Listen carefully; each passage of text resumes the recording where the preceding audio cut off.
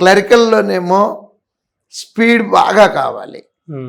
పిఓలో వచ్చేటప్పటికి స్ట్రాటజీ అండి, మన దగ్గర ఉన్నటువంటి తెలివితేటలు, what to do, what not to do, when to do, when not to do, ఏం చెయ్యాలి, ఏం చేయకూడదు, ఎప్పుడు చేయాలి, ఎప్పుడు చేయకూడదు, ఇది కరెక్ట్గా ప్రాక్టీస్ చేస్తే పిఓ ఉద్యోగం ఈజీ అండి.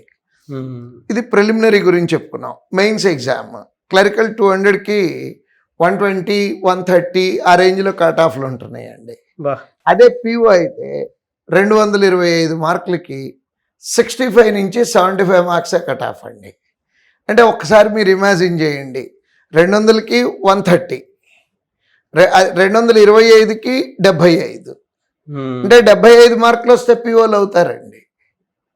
కానీ అందరూ అనేది ఏంటంటే ఆ ఎగ్జామ్ టఫ్ అండి. ఎస్, టఫే, దానికే ప్రిపేర్ అవుతాము. ఆ టఫ్నెస్కి ప్రిపేర్ అయితే డెఫినెట్గా పిఓ అవ్వచ్చండి.